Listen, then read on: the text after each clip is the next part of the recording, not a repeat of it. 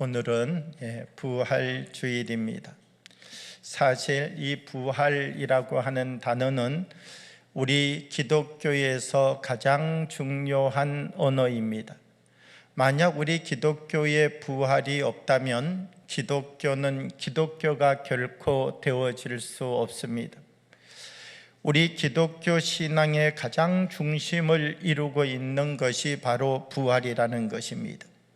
그런데 오늘날 우리가 이 시대를 돌이켜보면 이 시대를 살아가는 사람들에게 부활이라고 하는 단어를 설명하고 이해시키는 것이 얼마나 힘들고 어려운지 모릅니다. 심지어는 많은 기독교인들 중에서도 이것도 믿을 수 있고 저것도 믿을 수 있지만 부활은 잘 믿어지지 않습니다. 이렇게 말하는 교인들도 있습니다.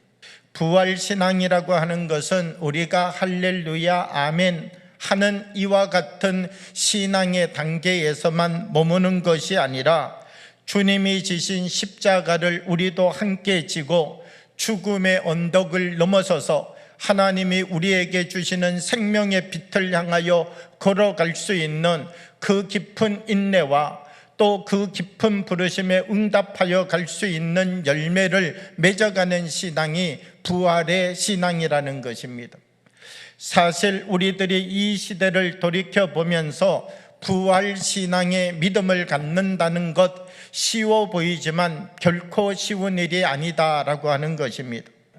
그런데 부활이라고 하는 것은 어떤 것이냐라고 하면 부활을 목격한 사람들은 일평생 주님을 위하여 헌신하는 삶을 사는 사람들이 되게 되었다는 것입니다.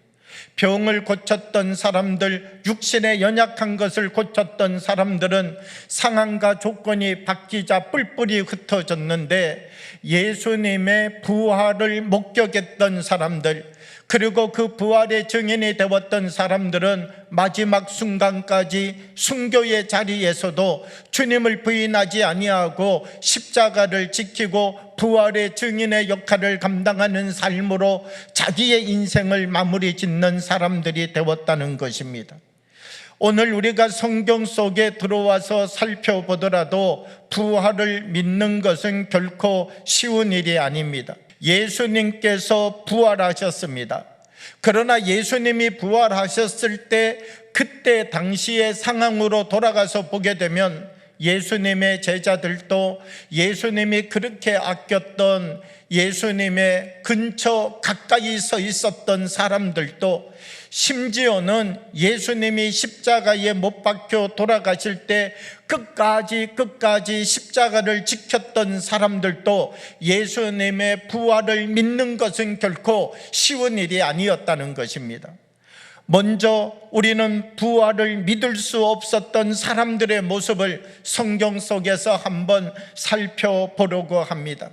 오늘 본문 말씀을 보게 되면 1절 어떻게 시작되어져 가느냐라고 하면 막달라 마리아와 야고보의 어머니 마리아와 살로메라고 하는 세 여인이 예수님이 십자가에 못 박히시고 장사되어지셨는데 성경의 말씀을 보게 되면 마가복음 16장 7절과 8절 이렇게 기록하고 있습니다. 가서 그의 제자들과 베드로에게 이르기를 예수께서 너희보다 먼저 갈릴리로 가시나니 전에 너희에게 말씀하신 대로 너희가 거기서 배우리라 하라 하는지라. 여자들이 몹시 놀라 떨며 나와 무덤에서 도망하고 무서워하여 아무에게도 아무 말도 하지 못하더라. 이 여인들이 이야기를 들었습니다. 예수님이 부활하셨다는 이야기를 들었습니다. 그리고 베드로와 제자들에게 가서 전하라는 이야기를 들었습니다.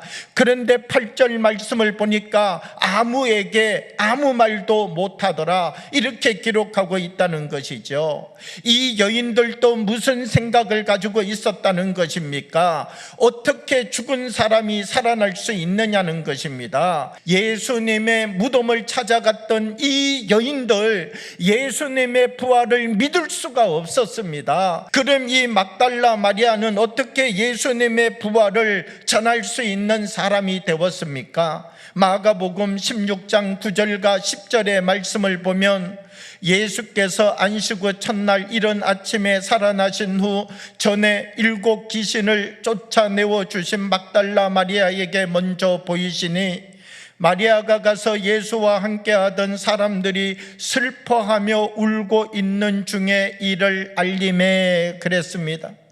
부활하신 예수님을 만나고 난 다음에야 마리아도 깨닫게 되었다는 것입니다. 믿을 수 있게 되었다는 것입니다. 이 막달라 마리아가 이야기할 때에 거기에 있던 10명의 제자들이 자리에서 벌떡 일어서서 기뻐 뛰면서 덩실덩실 춤을 췄다, 이렇게 기록하지 않습니다.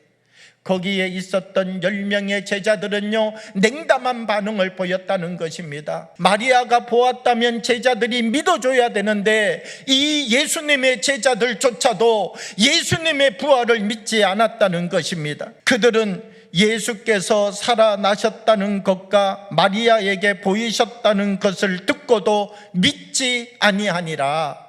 제자들도 예수님의 부활을 믿을 수가 없었다라고 하는 것이죠. 여기에 있던 10명의 제자 중에 한 사람, 다른 반응을 보여주는 제자가 있었습니다. 베드로라고 하는 제자는 그 자리에서 버떡 일어섰습니다.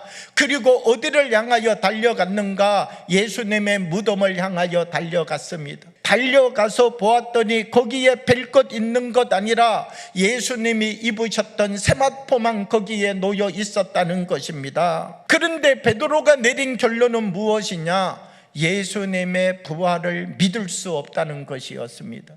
요한복음의 말씀을 보게 되면 그렇게 10명의 제자들이 모여서 두려워 떨고 있는, 문을 꽁꽁 잠가 놓고 있는 그 자리에 예수님이 나타나셨다는 것입니다. 이 제자들은 예수님의 옆구리와 손을 보고 난 다음에야 부활의 예수님을 믿게 되었다는 것입니다. 부활을 믿는 것은 결코 쉬운 일이 아닙니다. 예수님과 함께 3년의 삶을 살았지만, 예수님과 함께 3년 동안 잠을 자고 같이 밥을 먹었지만 예수님의 부활을 믿는 것은 결코 쉬운 일이 아니었다는 것입니다. 우리들이 예수님이 부활하셨다는 이 사실을 믿음으로 받아들이는 것이 한 사람 한 사람마다 철장을 넘어야 되고, 한 사람 한 사람마다 산을 넘어야 되고, 한 사람 한 사람마다 진리의 문을 열어야 되고, 한 사람 한 사람마다 깨트려지지 아니하면 예수님의 부활의 진리가 믿어지지 않는다는 것입니다. 우리들은 제자의 모습들을 바라보고 예수님의 부활을 경험했던 사람들의 삶의 모습을 바라보고 정말 예수님이 부활하셨는지 부활하지 않으셨는지를 볼 수 있는 믿음의 눈이 우리 가운데 있어야 된다는 것이죠. 여러분, 제자들의 삶을 보게 되면요, 예수님이 부활하시고 난 다음 부활의 주님을 다시금 발견하고 제자들의 삶은 바뀌었습니다. 제자들은 담대하게 섰습니다. 그리고 죽음을 두려워하지 않는 사람들이 되었습니다. 전에는 로마 군사만 보면 숨었습니다. 전에는 유대인들만 바라보면 무서워서 떨었습니다. 그런데 이 제자들이 나가서 예수님을 못 박았던 예루살렘 거리에서 하루에 3,000명을 회개시키는, 하루에 3,000명을 하나님 앞으로 돌아오게 하는 하나님의 역사를 이루었습니다. 이들에게 어디로부터 이런 힘이 나왔습니까? 부활의 주님을 만났다는 것입니다. 우리 한 사람 한 사람의 믿음이 다시 회복되고 살아나기를 원합니다. 그리하여서 우리들을 통하여서 살아계신 주님의 거룩한 증인이 되어서 하나님, 우리도 제자들과 같이, 우리도 주님을 만났던 그 부활의 목격자들과 같이 내 안에 의심이 있다면, 내 안에 아직 내가 이 철장을 넘어서지 못하고 이 언덕을 넘어서지 못해서 내가 부활의 주님을 만지지 못하고 있다면, 하나님, 우리도 온전한 믿음의 눈을 떠서 제자들의 변화된 삶을 바라보고 그들이 순교의 자리를 끝까지 지켜가면서도 십자가를 버리지 않았던 부활의 증인의 삶을 우리가 바라보면서 우리도 부활의 증인으로 살아갈 수 있는 지혜를 갖는 사람이 되게 해 주십시오. 기도하며 참된 부활의 힘을 덧입어가는 주의 사람들이 되어지기를 원합니다. 우리 한 사람 한 사람에게 하나님이 허락하여 주시는 부활의 참된 은혜를 다시 옷입어가는 은혜가 우리들 가운데 임하기를 원합니다.